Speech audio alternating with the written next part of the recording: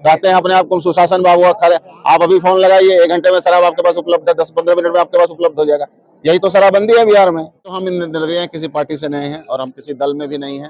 निर्दलीय चुनाव हम लड़ने का प्लान किए हैं और निर्दलीय ही लड़ेंगे। 25 में विधानसभा चुनाव होना है, उसके पहले आपने निर्दलीय उम्मीदवारी घोषित की है। क्या लगता है, क्या उम्मीद है क्षेत्र में घूमने में, क्या आप लोग को मिल रहा है जनता की ओर से, क्या देखिए, इस बार हम भावी प्रत्याशी निर्दलीय जम्मू विधानसभा से अपनी उम्मीदवारी सामने ला रहे हैं लोगों के बीच में कि आप हम पर एक बार विश्वास कीजिए, यकीन कीजिए और अभी हमसे जो हो सकता है यथासंभव मेरे पास जो संसाधन है उस संसाधन के अनुकूल जनता के बीच में जाके हम कुछ सेवा भी कर रहे हैं। जैसे बहुत चीज़ अभी हम कर रहे हैं, 6 महीना पहले से स्टार्ट किए हैं और अभी 6-7 महीना चुनाव में है। इस दरमियान जनता के बीच में जो हमसे बन पड़ रहा है हम करने का प्रयास कर रहे हैं।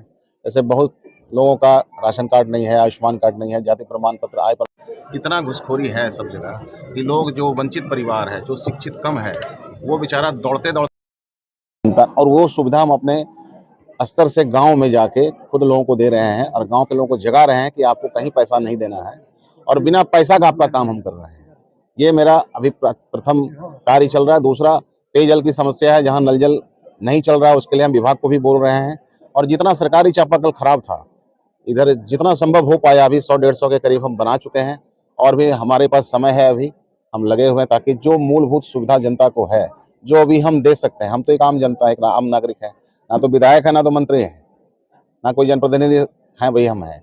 इस एक आम नागरिक के नाते जो हमसे सहयोग हो पा रहा है वो हम करने का प्रयास कर रहे हैं जनता के बीच में। इसी उम्मीद और इसी भरोसे से हम विधानसभा में अपना निर्दलीय उम्मीदवार के रूप में आ रहे हैं। आज का जो कार्यक्रम है वो क्या था?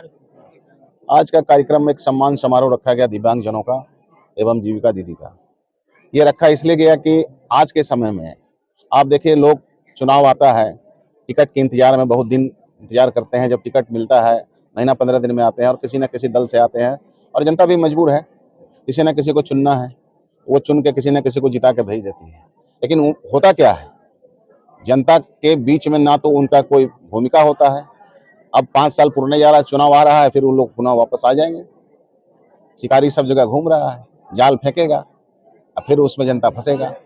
इस चीज को बचाने के लिए एक समाज सेवा के रूप में जो हमसे हो सकता था, हम लोगों के बीच में अपनी जानकारी दे रहे हैं कि आप इससे बचो, इस चंगुल में मत फंसो।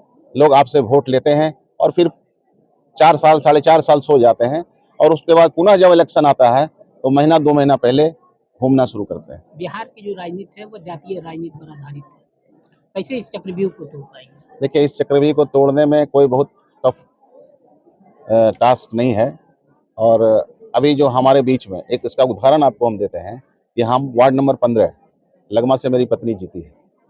वहाँ पर अगर हम जिस जात से आते हैं, राजपूत जात से आते हैं, वहाँ के अगर मतदाताओं की संख्या जोड़ी जाए तो 400-450 है और उस जगह से हमको 1100 वोट से मिला, 1108 वोट हमको मिला। तो वहाँ फिर जाति समीकरण कहाँ रहा? लोग करने वाला हो, लोग के बीच में विश्वास दिलाने वाला आदमी इंसान हो, तो कहीं जात पात नहीं है। और हमारे साथ आप अगर देखिएगा, अभी मंच पर ही आप देख लें, जितने लोग बैठे हर जाति धर्म के लोग बैठे हैं। क्यों? क्योंकि इनको हम स्नेह दिए हैं, प्रेम दिए हैं, आदर दिए हैं, मान सम्मान दिए हैं। हर आदमी मान सम्मान का भूखा है। आज के समय में लोगों को मान सम्मान नहीं मिलता, इसलिए जात में लोग चले जाते हैं, जात भी और भेदभाव करने लगते हैं। तो भेदभाव कहीं ना कहीं हम आप शुरू करते हैं तो लोग नीचे से भी देखते देखते उनके अंदर भी ये भावना आती है कि भेदभाव करो। जात पात कहीं नहीं है, अगर करने वाला इंसान अच्छा हो तो जात पात समाप्त होगा। आपको हम जम्मू में इसका उदाहरण जम्मू विधानसभा में दिखाएंगे। आने वाला जो 2025 विधायक है श्रेषी सिंह, कह रही है कि चौमुखी विकास हमने किया, तो जनता आप पे क्यों विश्वास है? ये तो विकास उनका दिख रहा है, कहीं नल जल नहीं चल रहा भैया। एक वीडियो मेरा वायरल हुआ होगा, आप लोग शायद देखे होंगे। और दूसरी बात है कि जो अभी प्रगति यात्रा पर हमारे माननीय मुख्यमंत्री नीतीश बाबू घूम रहे हैं, तो क्या प्रगति हो रहा है इसको पता है। अभी आए, तालाब का उद्घाटन कर दिए, फील्ड का उद्घाटन कर दिए। बच्चों के बीच में बेरोजगारी है, नौजवान को रोजगार चाहिए, आप कह रहे हैं खेलो। आप कह रहे हैं कि तालाब में मछली पालेगी जीविका दीदी, उससे उनका भरण पोषण होगा। जीविका दीदी का मानदेय क्यों नहीं तय कर रहे हैं नीतीश बाबू? और नौजवान को रोजगार के लिए क्यों नहीं सोच रहे हैं? ये सब कहने से अब चलने वाला नहीं है। अब जनता जाग चुका है और जनता जब जागा, इसका जवाब भी इस बार 2025 में उनको मिलेगा। ये आपको हम विश्वास और भरोसा दिलाते हैं। बिहार में खुलेआम शराब को धज्जियां उड़ाया जा रहा है पुलिस विभाग के द्वारा, क्या कहिएगा? मुद्दा क्या रहेगा? मुद्दा है जन सेवा। हम तो जनता के बीच में यही कहेंगे कि आप लोग हर बार विधायक और एमपी चुने हैं, 2025 में जनसेवक को चुनिए, जो आपका जनसेवक आपके सेवा में तत्पर रहे, आपके दुख सुख में आपके साथ रहे, आप लोगों की कठिनाइयों को दूर कर सके, ये होनी चाहिए। शराबबंदी को लेकर क्या कहिएगा? जमुई जिला में खुलेआम धज्जियां उड़ाए जा रहे हैं शराब, ये तो नीतीश बाबू का शराब, जो फॉरेस्टर लाइन में जो अधिकारी होते हैं वो खुलेआम शराब पी रहे हैं, वीडियो वायरल हो रहे हैं, पत्रकार खबर चला रहे हैं, फिर भी कार्रवाई नहीं हो रहे हैं, क्या बोलिएगा?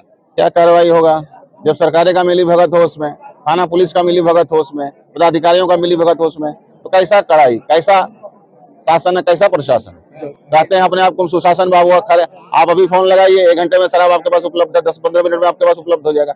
यही तो शराबबंदी है बिहार में, कागज पर बंदी है। इससे नुकसान हो रहा है बिहार को। पेंशन को लेकर के क्या कहेंगे? पेंशन को लेकर देखिए, यहाँ पर बिहार में जो हमारा है कि आज के समय में जो वर्तमान समय में 400 रुपये पेंशन मिल रहा है, चाहे वृद्धा पेंशन हो, चाहे विकलांग पेंशन हो, चाहे विधवा पेंशन हो, तो इस तरह 400 में आज के समय में इस महंगाई में क्या होने वाला आप बताइए।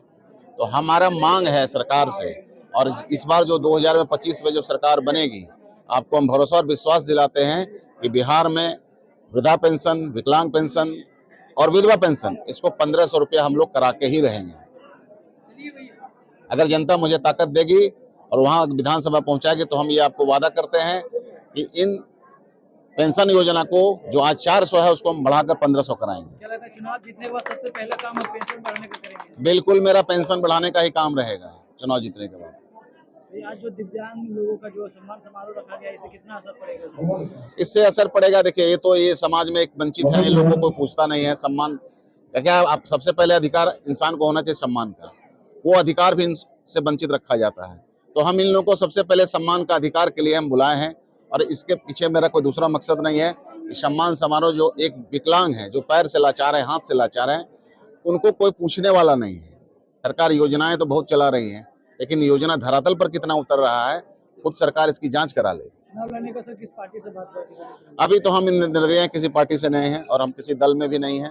निर्दलीय चुनाव हम लड़ने का प्लान किए हैं और निर्दलीय ही लड़ेंगे। अगर कोई पार्टी मौका देगी तो? वो तो समय देखा जाएगा और जनता निर्णय करेगी। मेरा निर्णय नहीं होगा, क्योंकि हम जनता के भरोसे हैं, और जनता जो निर्णय करेगी वही मान्य है।